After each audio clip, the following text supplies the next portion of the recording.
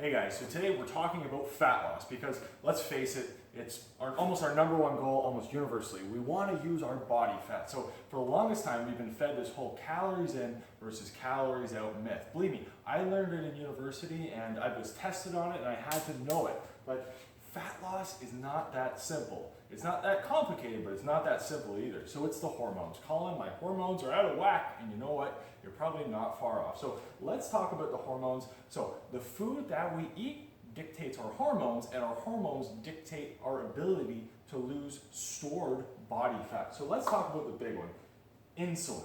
This is your storage hormone. So let's use the example. I love bread. Specifically, I love bagels. So first thing in the morning, I eat my bagel. So I eat it up, I chew it up, it goes from bagel to blood glucose. As a response, insulin is secreted to take that blood glucose and store it. It's going to store it as muscle glycogen or as stored body fat. It's going to convert it into body fat. So the issue here is that when your insulin level is up, when it spikes up in response to blood sugar, you're suppressing what's something called hormone-sensitive lipase. Hormone-sensitive lipase, that's an important one I want you to remember, because when that is suppressed in the presence of insulin, your body will not tap in to your stored body fat. That's what hormone-sensitive lipase's job is, to mobilize fat. Because let's think about what fat is. Really, it serves three functions in our body. It provides your body with structure, it provides you with, it insulates you, but its number one job is it's your body's stored energy tank, essentially. So we are in basically a state of starvation because we have all this stored energy on our body, around our waist, on our hips, in our faces, and we can't access it. So basically, we're starving because we're just living on blood glucose all day. So in the presence of insulin, after I eat my bagel, hormone-sensitive lipase is suppressed, meaning our fat cells are locked up and the stored energy within our fat cells cannot be accessed. Okay, we need to reverse engineer this, okay? So fat is locked away and we're living on blood sugar. Blood sugar's high and we can't utilize our stored body fat. So what do? Well, again, let's reverse engineer. Instead of the bagel, let's make a better choice in the morning, okay? Let's try to cut out the sugar, cut out the starch, and start using our stored body fat. So when you do this for a period of time, it does get easier. So we're going to talk about two other hormones. So once you improve your blood glucose, leptin and ghrelin get better. Now what the heck are leptin and ghrelin? Okay?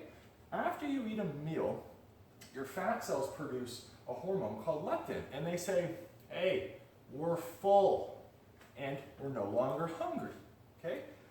During times of the day, usually around breakfast, lunch, and dinner, our body produces another hormone called ghrelin, and I call this the gremlin hormone because it's like this evil gremlin that says, we're hungry, we're hungry, we're hungry, we're hungry, which weirdly enough is lowest in the morning, which is why a lot of us aren't very hungry first thing in the morning. So when you improve your insulin, when you improve your glycemic variability, which basically just means how wacky your insulin levels are all day, your leptin and your ghrelin actually get a lot better, and we don't see these big spikes, and your body starts to listen better to the signals of these two hormones. So you're full faster, and you don't have the cravings as much. So hunger, energy, cravings get better, and you're full faster. So by improving your insulin variability, your glycemic variability, these two hormones get better over time. So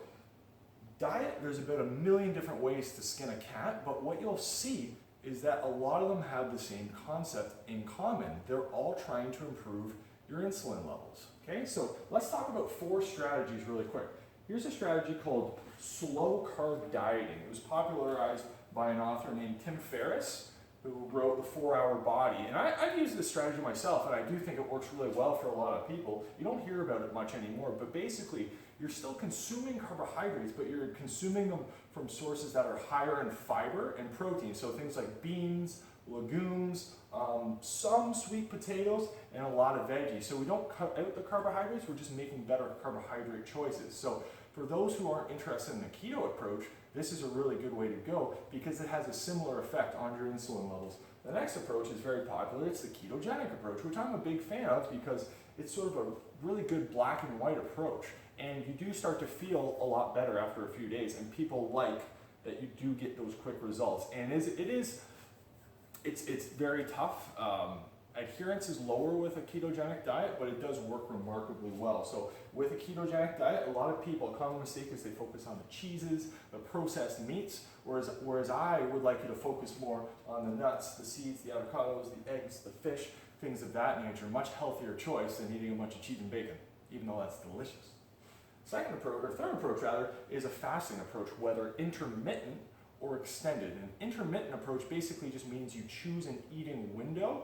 Very popular approach is 16 hours of just drinking water, teas, black coffees, and then using that 8-hour window to feed. So what occurs during that 16-hour window is you're having those flat levels of insulin, and you're suppressing your insulin levels to that little 8-hour window. So that works really, really well, and it actually has a whole host of other benefits, including longevity, and you can look into that. So again, we're not really going too deep into each approach. Each approach could, probably be its own video, but they all work really well. Another approach is a paleo approach, which is just a glorified elimination diet.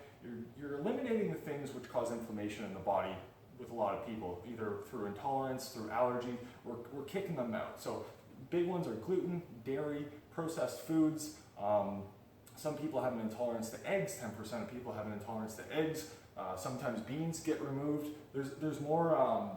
You can do a lot of different things with that diet, but those are the big three. You're getting rid of the dairy, the gluten, and processed foods and sugar, and by doing that, you're actually improving your insulin levels a lot, because if you're cutting out sugar and processed food, you better believe your insulin levels are going to be dropping to more normal levels. Okay? So those are 4 really good approaches that you can do. So what should you take away from this video? I would say never look at calories, ever. Okay? You should start to begin to look at your macros, and eventually my hope for you is that you'll get to the point where you can just eyeball your meals and eat more intuitively, okay? But a structured approach in the beginning is a good idea, but you don't need to look at calories anymore. And by looking at calories, you're going to begin to stray away from things like healthy fats, because naturally they're going to be much higher in calories. So things like avocados, nuts, and seeds, and healthy oils are going to be much higher in calories, and that's usually the first things that are removed from things to reduce their calorie levels, and filled with things like high glucose corn syrup and that sort of thing. So takeaways again, so what you eat is extremely important. When you eat it is extremely important. And lastly, get help. So we've very briefly gone over how fat loss works, okay? Doesn't stop there. Keep educating yourself, keep reading, keep seeking out help. Find someone, a nutritionist here in town. Kathy McRae is fantastic. Get in contact with her. And if you need help on the exercise side of things, I'm your guy. That's my passion. That's what I do all day. And I love teaching fitness classes. And my job is to help you fall in love with fitness. Join me at Ladies Night. We'll see you guys later. Bye, bye, bye, bye, bye.